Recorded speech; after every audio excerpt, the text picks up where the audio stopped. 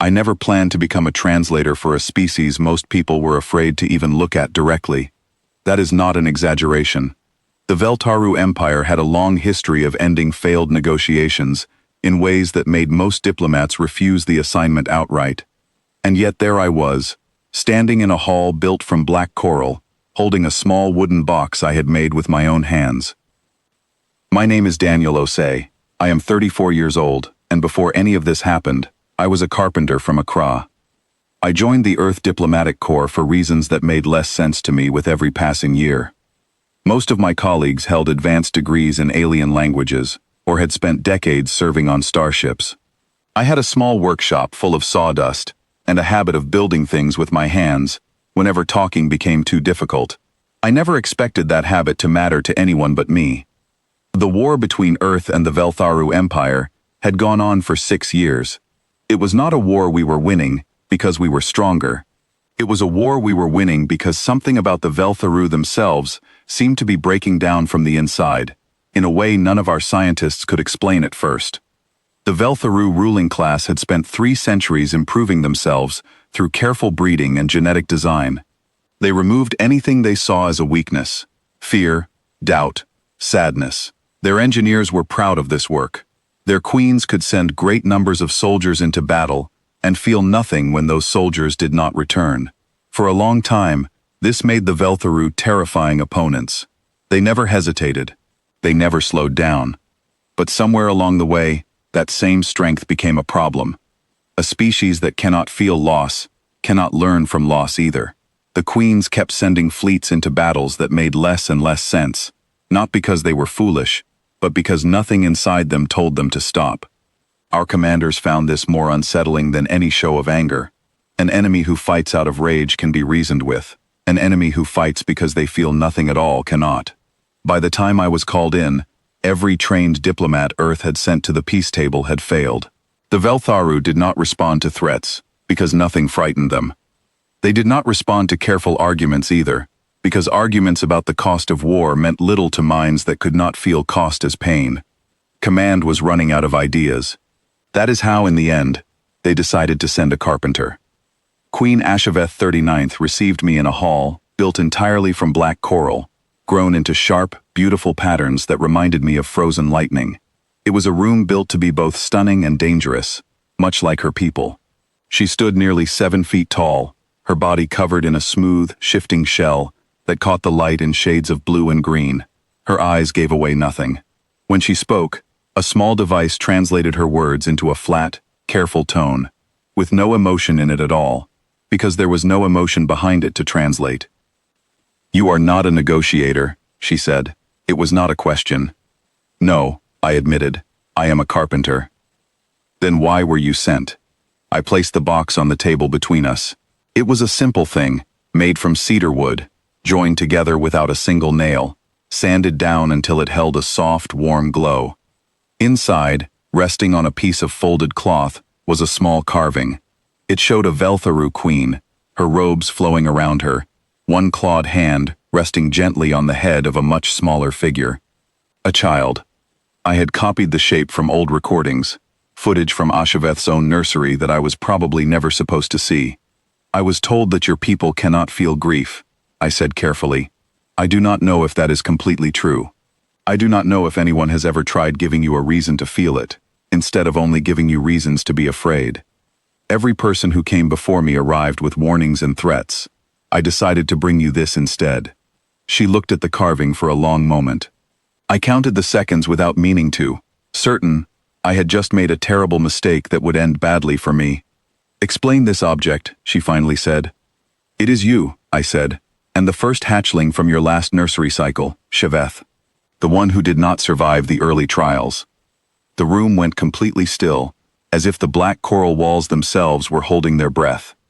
"That information is sealed," she said. "I know. I asked for it 17 times and was refused every time, so I built this instead of asking an 18th time." Her hand, with its 4 elegant claws, closed slowly around the small carving, as though she was not entirely sure her own fingers would obey her. And then something happened that nothing in her body had ever been designed to do.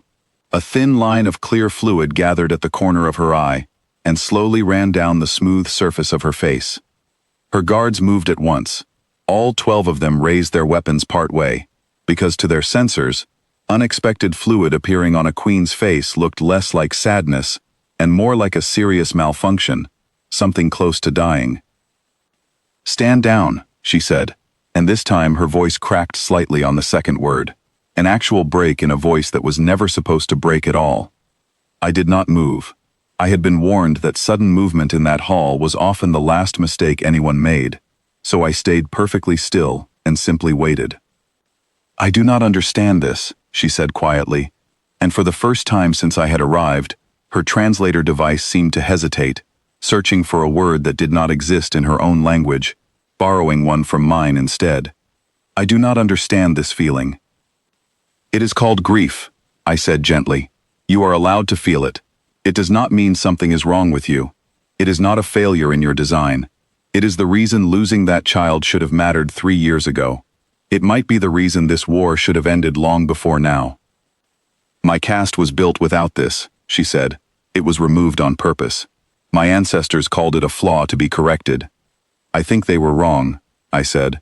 "I think they removed the one thing that could have made every queen after them wiser, and they called it garbage instead." She held the small wooden carving close to her chest, careful the way someone is careful, with something they are suddenly afraid of breaking. "Why would you give me this?" she asked. "Your side is winning this war. My grief costs your people nothing. My grief might cost my people everything. A queen who feels loss may hesitate before giving an order. Hesitation can lose wars." "Maybe," I said. "Or maybe a queen who feels loss stops spending lives so easily in the first place. My people did not send me here to make you weaker. Every person before me tried to win by breaking you down even further. I thought perhaps this war would end faster if someone tried helping instead." She said nothing for a long while. The fluid continued its slow path down her face, and none of her guards moved again, because there was clearly no established procedure for a queen who wept. 300 years, she finally said. "My family line has sent children to their deaths and felt nothing but a report confirming it. Tell me, Carpenter, what use is this feeling to me now, 3 centuries too late to change anything?" "It cannot undo what already happened," I said honestly, "but it means the next choice matters, and the one after that. It means somewhere in your empire, a queen might finally stop and ask whether a war is worth its cost before giving the order, instead of only wondering afterward." She placed the carving down gently on the black coral table, with a kind of care I had not seen from her people in the 6 months I had spent trying to reach this point. When she looked up at me again, her flat, careful voice had found something in it that sounded, for the first time, unmistakably uncertain, almost human. "I will listen to your terms," she said. "Not because your fleet frightens me. It never has. I will listen because you are the first being from any species who looked at what my ancestors cut out of us and called it a wound, instead of calling it an improvement." The peace agreement was signed 6 weeks later. In the years that followed, historians spent a great deal of time studying troop movements and battle strategies, arguing over which moment truly changed the outcome of the war. None of them ever mentioned a small wooden box in their reports, because none of them had been in that room. I never felt the need to correct them. But I know what I saw that day. I saw an empress who had been carefully designed to feel nothing, finally allowed to grieve for a child lost 3 years earlier. I saw an entire empire's approach to war begin to shift, because one grieving woman finally had somewhere to place 3 centuries of feelings she never knew she was allowed to have. I returned to Earth not long after the treaty was signed. I went back to my small workshop, back to my sawdust, back to my quiet hands and simple projects. Life continued in its ordinary way, and most days I hardly thought about that hall of black coral at all. But every year, on the anniversary of the peace agreement, a small case arrives at my door, from Veltharu space. Inside is always the same kind of gift, a single black coral carving, made by a queen who taught herself to carve because a carpenter once taught her how to feel. I keep every one of them on a shelf in my workshop, arranged in the order I received them. Some show simple shapes, uncertain and rough, clearly made by hands still learning. Others, from later years, are detailed and careful, showing scenes I recognize from the peace we built together. A meeting between our two peoples. A young hatchling learning to walk. A queen standing beside a human carpenter, both of them simply standing still, doing nothing remarkable at all. People sometimes ask me how I knew that a small wooden gift could change the outcome of a war that our best diplomats and finest fleets could not end on their own. The truth is, I did not know. I only knew that everyone before me had tried to win by proving how strong we were, and none of it had worked.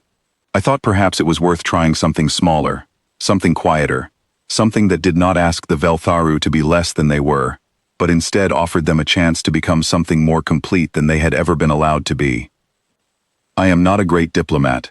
I never became skilled at the careful language of treaties and negotiations. I still do not fully understand half of what happened in that hall, or why it worked the way it did. But I understand wood. I understand that even the hardest material can be shaped gently, given enough patience and care, without ever needing force to change its form.